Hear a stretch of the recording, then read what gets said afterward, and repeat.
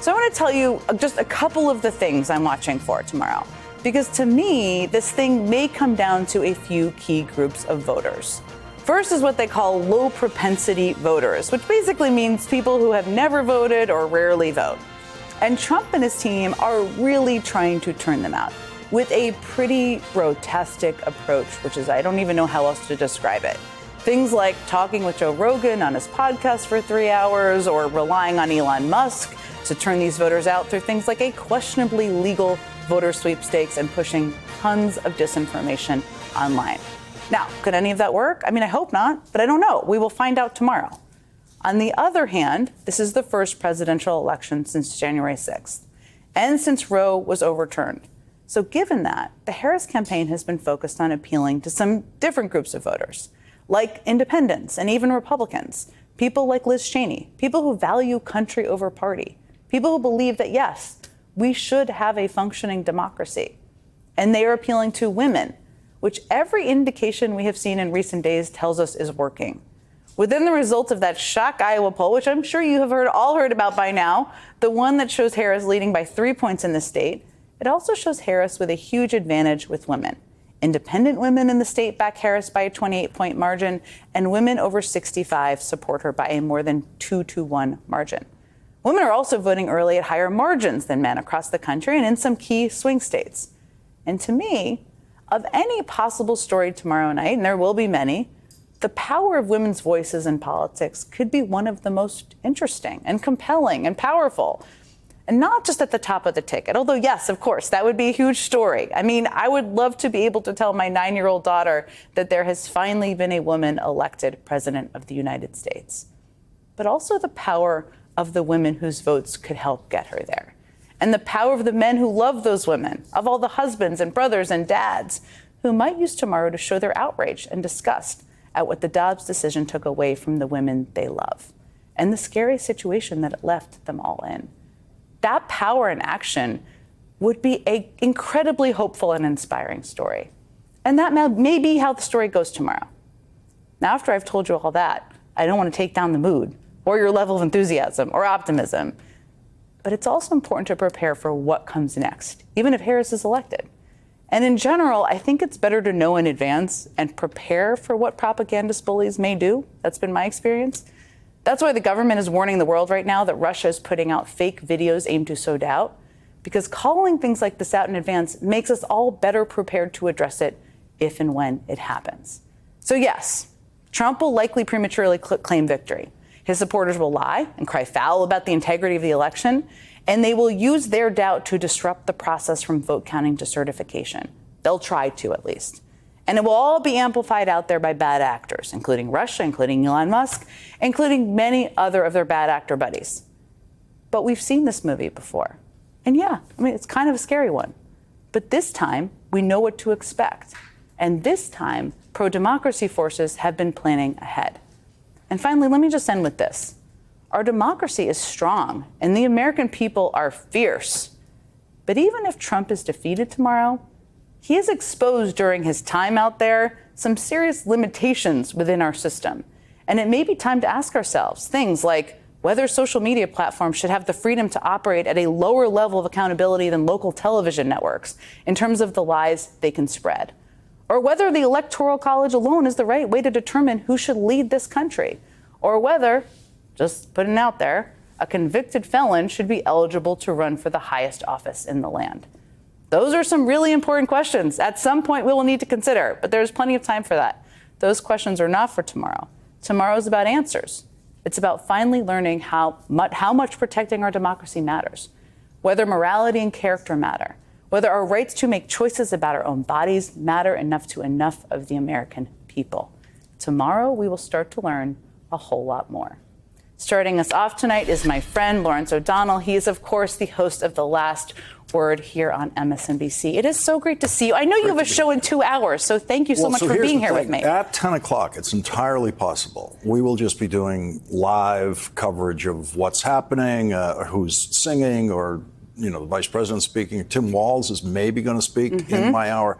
My ambition for 10 p.m. tonight is I don't get to say a word. That would be a successful show for me if we just are staying on live coverage. Well, we're going to stay on live coverage as soon as we hear Kamala Harris is about to start. And we may have to even cut you off, Lawrence O'Donnell. I hope not. I'm very good about being cut off. You just watch. Well, listen, I've now sat on a set with you for a couple of years, and I know you are the best lower expectation setter in terms of what you're about to say and your big smart thought of anyone I've ever interacted with in this business. But I did want to ask you, I mean, in this moment, as we're looking ahead to tomorrow, we don't know what the outcome will be. Voters will determine the outcome. It's how democracy works. But how have you been thinking about and reflecting on what this moment is in our history? You've covered a lot of presidential elections. I'd love to get to that, but I am so stuck on the breaking news in your opening report there that Steve Kornacki doesn't have snacks during election night, which, what you mean, like, what about when it goes all the way to Saturday? Like, does he fast? Well, then he may. It really is just the overnight because it slows him down. It slows him down. Yeah. All right. So listen, I'm here to bring the news that the people want out there, Lawrence. All right. So everyone should know when they see him at 3 o'clock in the morning, the man is working on no snacks. That's right. So, and that's incredible. And he's got 40,000 steps. Okay. That's now incredible. I'm not letting you avoid answering this important question that people want to know from you. You know, for everybody out there who began obsessing over the polls 2 years ago, I'm sorry. On our program, we studiously avoided them. The polls would come out, and I would say, back in May, the polls don't matter. And back then, as you know, those polls are registered voters. Like, they're not even doing likely voters yet, right? Because you can't trust someone saying in February they're going to vote in November, right? And so you don't really get to the real likelies until after Labor Day. And so I have to say this year I'm very proud of having ignored the polls completely, only to discover on the final weekend that if you just spent the last 2 days looking at the polls, that's enough. Because you have the national, all that stuff saying it's a pure tie. And then you have this big shock out of Iowa, saying Kamala Harris is 3 points ahead in Iowa, which isn't that shocking if you can remember all the way back to 2012, when President Obama won Iowa. It used to be something that was winnable for Democrats. But, that just tells you, that Iowa poll tells you that there's stuff happening out there that we don't know about. We also don't know if that's going to count in the final outcome here. And what must always be remembered is the vote is suppressed in about at least more than 40 states. There's a massive voter suppression operation created by the founding fathers who got... The Electoral College. Correct. Who got many things grotesquely wrong, from slavery to the Electoral College. Think about how many more Californians would vote if they thought their vote mattered. How many more millions of votes would Kamala Harris get in the state of California if those voters thought their vote actually mattered? Would she get another million in the state of New York if they thought the vote mattered? I have voted in 3 states in my life: Massachusetts, then New York, then California. And I knew every single time my vote for president doesn't matter, because we know who's going to win this state. And in those cases, it would be the Democrat every time. And so I know people in Massachusetts who haven't voted in decades because they know the Democrats are going to win. What do you tell them when they say my vote doesn't matter? I tell them they're right. That's true. That is the Electoral College. That's the poison of the Electoral College. And your vote in Pennsylvania matters enormously, and your vote in Wisconsin matters enormously. Turns out now your vote in Iowa matters a lot more than anybody thought it did, a week ago. But whatever that turnout is, it's going to be lower. By the way, it'll be lower for Trump too. I'm sure there are some voters in Idaho who won't bother because they know he's going to win Idaho, and they're busy doing something that makes it difficult to get to town that day. Okay. But it is a big, big discouragement to voters that this really is. It's a 50-state country, and it's a 7-state presidential campaign, and that suppresses the vote totals like nothing else. It's a really broken part of the system, which is why I wanted to mention, even though it's a disaster. It's a disaster, and the only reason this is even slightly competitive is the Electoral College. You take away the Electoral College, and Donald Trump doesn't have a chance. Absolutely does not have a chance.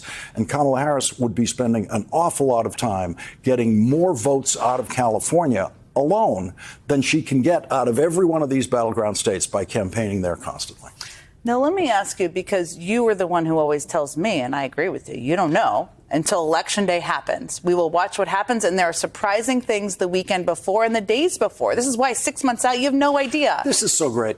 You know more about this, about presidential campaigning, than anyone who's ever worked in this building.